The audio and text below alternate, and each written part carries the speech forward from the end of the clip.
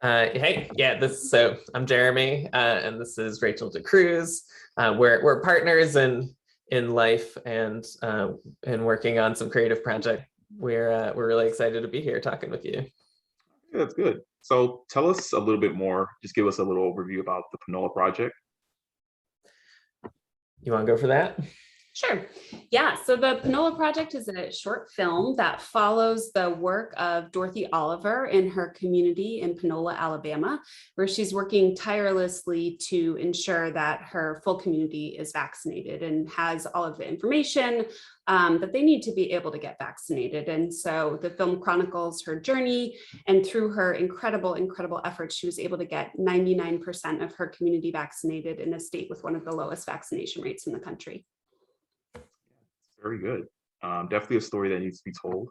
Yeah. So tell me, how did you learn about Dorothy's work in Panola and what actually drew you to this project? Yeah, I think we were really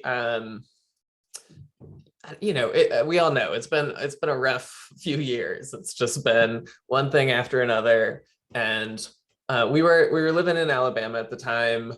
We'd been, this is a year ago now, and it had already been a year of the pandemic, and then miraculously, oh my God, we have vaccines. Like, there's a light at the end of the tunnel, and then people aren't right. Like, there's a lot of people who aren't getting the vaccine, whether they aren't able to, or have fears about it, or whatever that is, and all of a sudden it just feels like we're kind of like back in some downward spiral that we can all relate to. And so, it was a really conscious effort on our part to find a story that could bring us hope and bring the world hope. A lot of my work in the past has dealt with some really hard issues, and sometimes it's important, I think, to tell those hard issues that are sometimes like just kind of depressing. And I was like, I can't do this right now. I need a story that is going to kind of lift us up. And we read an article about this woman who was kind of running a whole, like, her own vaccination campaign in her community, and she was doing it all from this convenience store she was running out of a mobile home. It sounded just the kind of story we wanted to tell. We drove out like an hour and a half or so to go visit her, and yeah, she was kind of amazing from the beginning. We were just so inspired and taken by her from the first moment we walked in that door.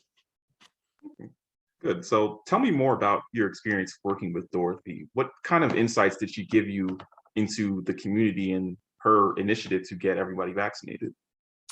Yeah, Dorothy is a superhero. She's just like an incredible woman, deeply driven, deeply committed to her community, and that it really comes across in the film. And so, I think this film wouldn't have been possible without her. Obviously, she's kind of the main character that we're following, but also just the vaccination rate would not be as high as it is in Panola if it were not for Dorothy's efforts. And a lot of that is because of the deep relationships and trust that she has with community members. And so because Dorothy is so well respected, because everybody knows each other in Panola, it's a really tight-knit community. That gave us a level of access that I think would have been really challenging for us to get if it weren't for her.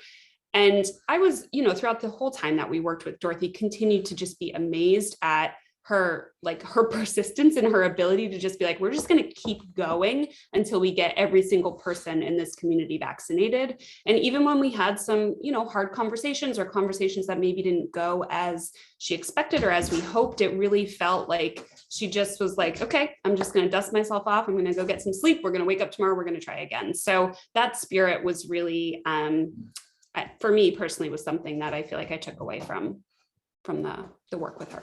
Yeah, and I think it's so true. The same kind of level of persistence and that dogged effort that Dorothy takes in the film to get everyone vaccinated, right? Like, she's doing that for the film too. She's in many ways like a co-producer there, where it's like, we're gonna go do this thing, and like, you can't stand in Dorothy's way. If she says we're doing it, we're doing it. So yeah, she was a huge part of making the film come to fruition.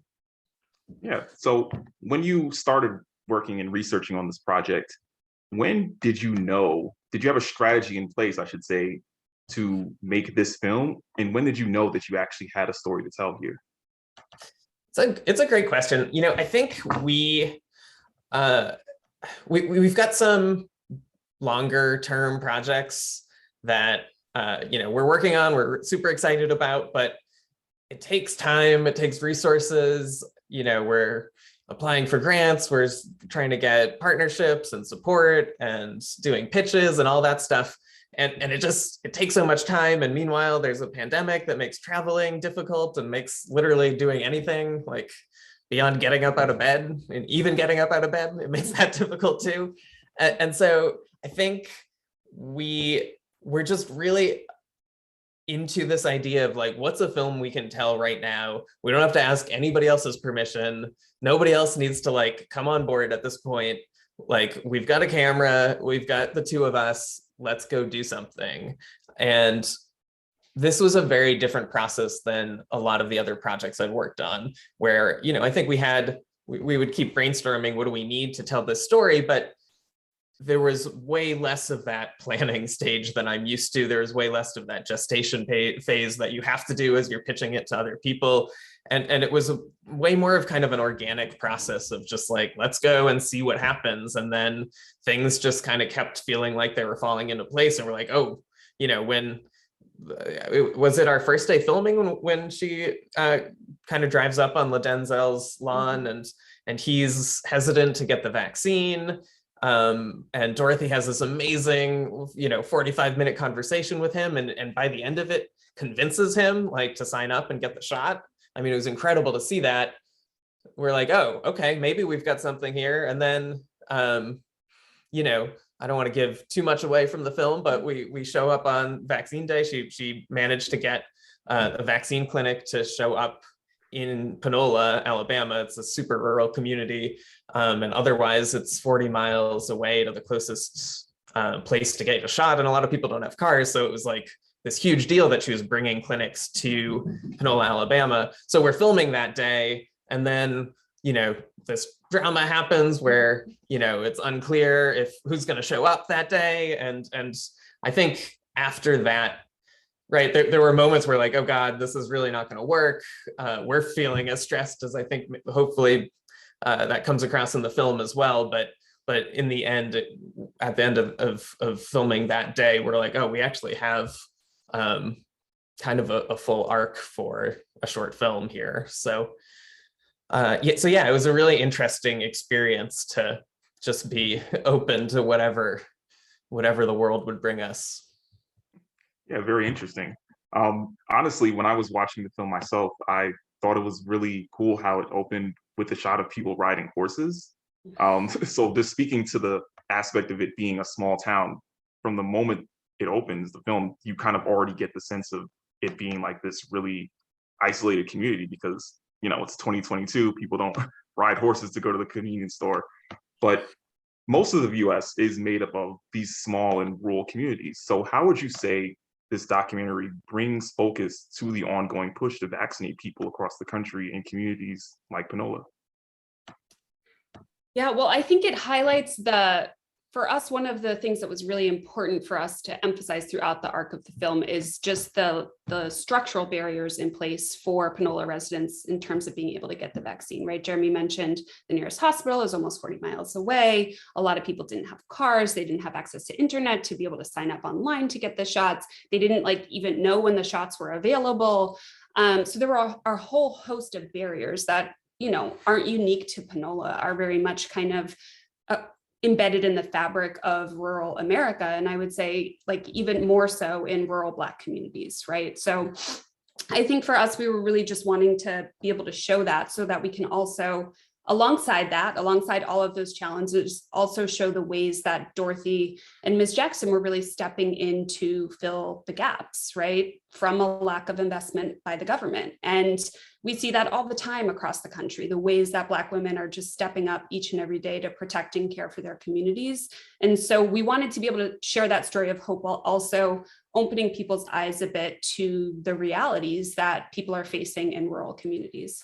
Yeah, I think it really speaks to, right, access is a real issue that we're going around with Dorothy as she's trying to get people to sign up for this pop-up clinic in town. And there were people who had fears, there were people who had concerns, and there were even a few who were just like, really, I don't want to get this. But for the majority of the folks, it was just like, I don't have a way to, I don't have time to get there. I don't have transportation to get there. That's like really far away. And so this issue of access is hugely important.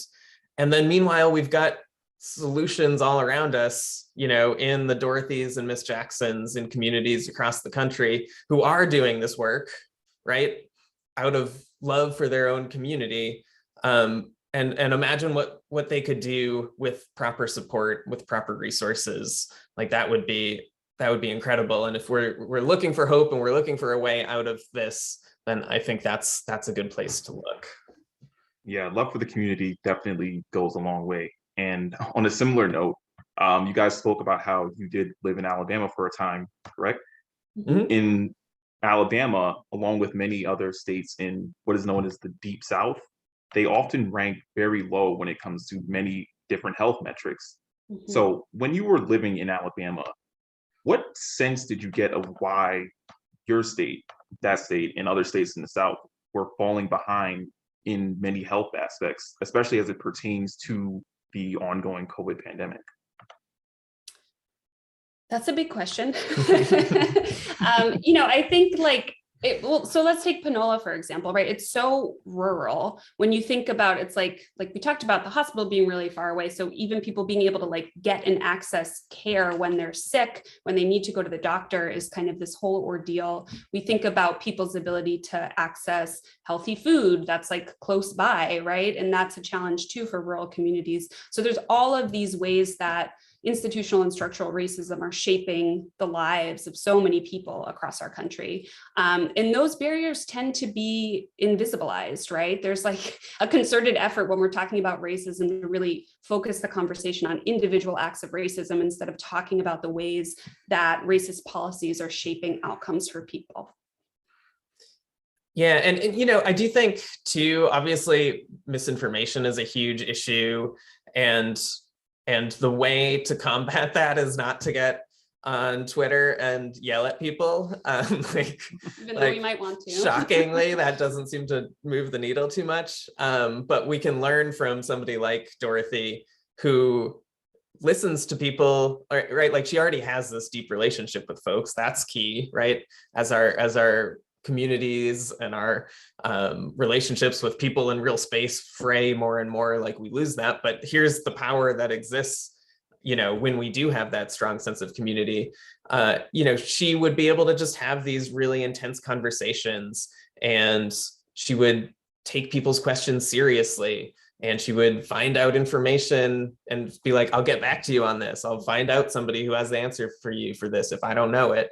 And meanwhile, she's prodding and she's joking, and it feels joyful, and it's not, I certainly, I think, we all want to just be no, just do this thing, right? I'm right, you're wrong. I'm gonna out of sheer will and use my anger to convince you that you have to agree with me, and that's not gonna work. But if you show up with love and compassion and respect, then and persistence, because Dorothy is nothing if not persistent, you can make real change. And so yeah, I mean, the issues that are causing low vaccination rates in southern states are myriad, but I do think that going back to that community and those real relationships is one of the key things that we can do to try to get those numbers up. Yeah, very insightful. This next question is for Jermaine. So, Jermaine, when composing the score for this documentary, how did you try to capture the environments of Panola, it being a small rural community? Sure. So, thanks to the two great filmmakers here, they offered a very excellent reference point. And so when we first connected and had a conversation, I just really asked about what it was they were going for in terms of the feel and how the music would just sort of help match the story. And like I said, they had these really great references in place. And so it was a matter of just really trying to match the storytelling, the feeling, the tone of voice, the emotion that was there. And just, I usually use that as the foundation. And so from there, you just kind of really just add different layers to it until it feels natural to what's being said. It doesn't conflict, it actually complements. And so you know it when you hear it, I suppose. And I think that's what we try to work together on. Yeah, I definitely hear you on that. And in the sense of you know it when you hear it, I think for me, one of the standout moments in terms of the music was at the end when the credits start rolling and Dorothy and the gentleman there basically dancing on the front lawn, kind of going back to a conversation that they had earlier in the film. And I thought that that was great because, you know, you watch the documentary and it's dealing with these heavy topics, but then at the end, it's kind of like, you know, it's like a real happy scene. So when you add things like this to film scores, is that part of like your own personal touch? Well, I think it was my way of interpreting both the filmmakers their direction again. So it seems like in the edit, naturally that's how the film ended. But I think, you know, I just did my best to try to match that energy and match the dancing and their movement with something that felt like kind of bright and optimistic, I suppose. Like almost celebrating. And so it was really just trying to pick the right sounds to match that ending. Yeah. How would you describe the experience of working with Jeremy and Rachel? That was great. We were able to, well, so you know, like because of COVID, obviously, but also just being in different places, I was very you know, grateful for the opportunity, one, but it was surprisingly easy considering, you know, most of our meetings were on Zoom or over the phone. And the fact that we were able to, you know, get it done, send files back and forth, references through email. It just felt like a very like smooth process. And I felt like, you know, yeah, despite not being in the same room or in the same studio, for the most part, we were still able to get it done in a good way. Very nice, very nice. So now I want to talk a little bit about community. So anybody can answer this question. Tell me why you feel it's important for a space like Sundance to exist in the physical sense when people are actually able to meet filmmakers and everybody come together, and also in the virtual sense like it is this year. Yeah, I mean, obviously community is so hugely important. That's what our film's all about. We're super grateful for Sundance. We're so excited. This is our first film at Sundance. You know, not gonna lie, we're bummed we're not, you know, schlepping around the cold snow of Park City right now, but you know, any way to connect is great. Any way to build connections is great. I do think ultimately, you know, just like we see in the film, right? There, nothing takes the place of being in space with people, like in a real embodied space, right? Being able to reach out and, you know, just like touch each other, right? To like be able to see each other's body movements and see more than somebody from the chest up, right? Like it's a totally different experience. So very much looking forward to future iterations where things are able to get back to some semblance of normal. But like kudos to Sundance for continuing to find a way to make such a huge impact in the film world. And right, it's such a hugely important space to build support and to you know, build momentum for films, to find new voices, to promote artists. I mean, it's really, you know, it's really a privilege to be part of it. That's good. This is for Jermaine.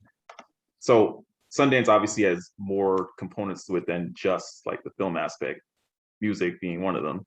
So how do the ASCAP Music Cafe, how does that help other composers basically network and find more work? Well, I can only speak on the ASCAP participation of it, just with the context of this year. I would say that what's most relevant in terms of how we connect so far has been sort of the introduction and the visibility of other composers that have kind of come to us, or seeing the other people who've sort of been spotlighted this year. And I think through that, individuals have made themselves accessible, and we've all kind of naturally started to communicate with each other and reach into each other's DMs, like, oh, congratulations on this film, that film. And so just by them very simply having a spotlight on the composers featured in the festival has already sort of planted the seed of some organic chemistry and networking to take place virtually. And do you feel as though that even when Sundance isn't virtual anymore, the interaction will still be the same? Or do you maybe expect it to be differently? Yeah, I think I suppose it could increase a bit. And I imagine that many of us composers would continue to support each other, or tune into what we're all working on for inspiration or even collaboration. There have been a few other composers that are interested in collaborating. And so I think initially just having the opportunity to be exposed and sort of have some sort of visibility sort of helps. And people can see themselves in you and sort of see similar styles, and they might see something they like from afar, and they might look toward you and vice versa for just expanded opportunities. Very good, very good. So I want to ask you again, Jermaine, well, help you speak more about yourself in this interview. So tell me about how you became interested in composing music for film and how you actually got into this industry. Sure. So I come from a musical family. Both parents were musicians. In particular, my dad was a jazz drummer, and he played with many musicians throughout his life professionally. And so that music was always something just in our home and in the family, and just always surrounded by it. I made the decision to produce and compose in my early teenage years.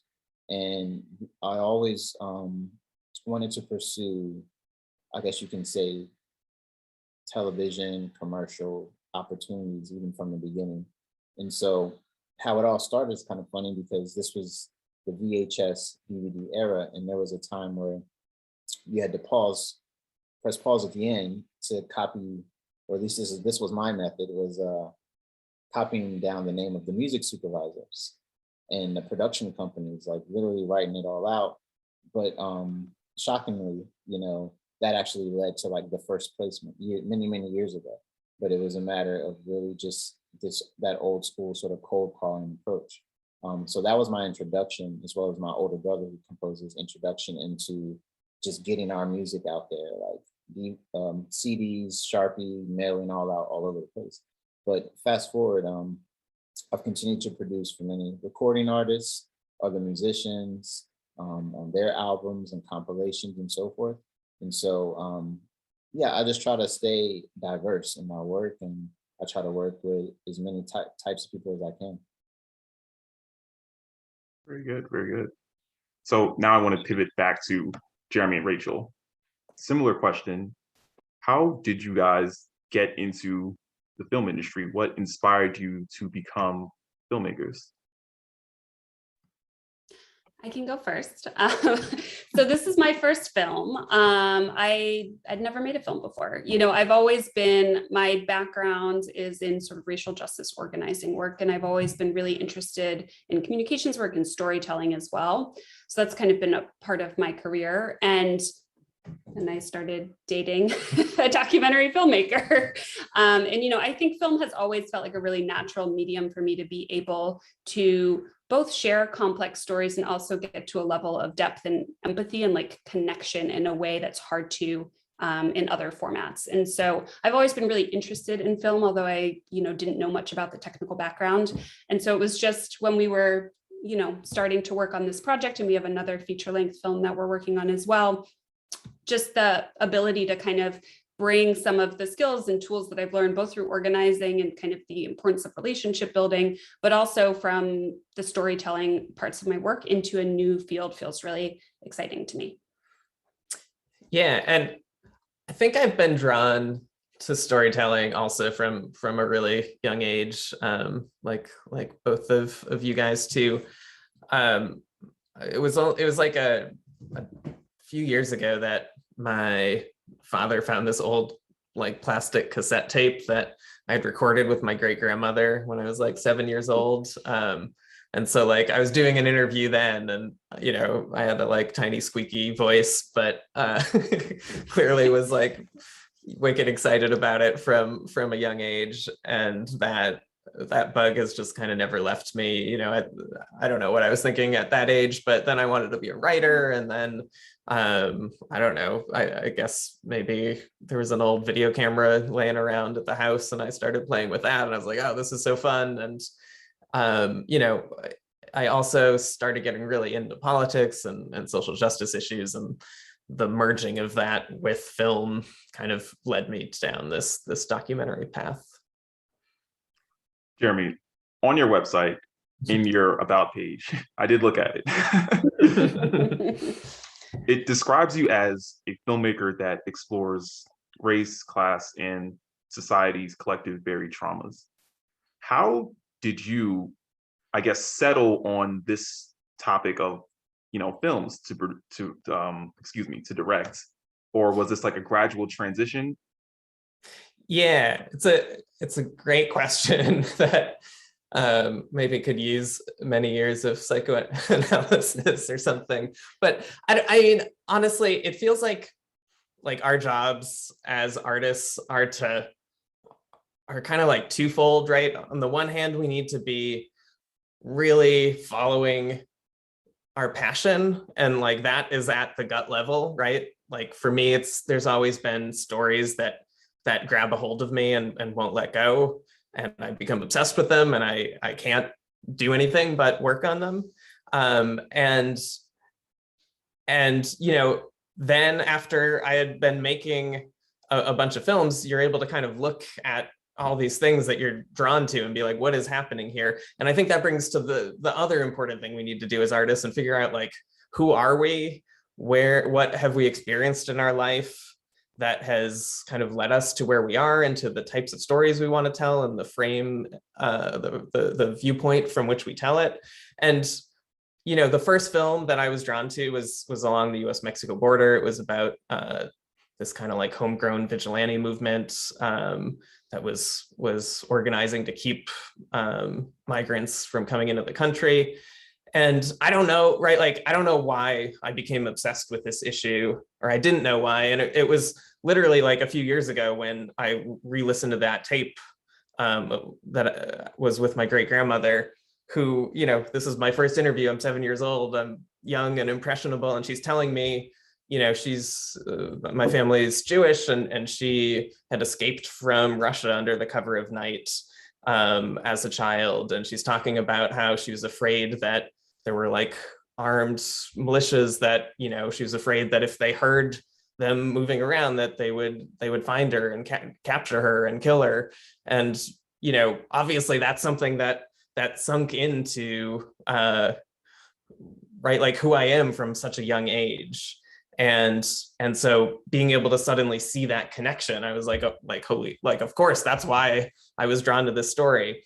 And, you know, I think there's a lot of other issues that have made me into the filmmaker that I am.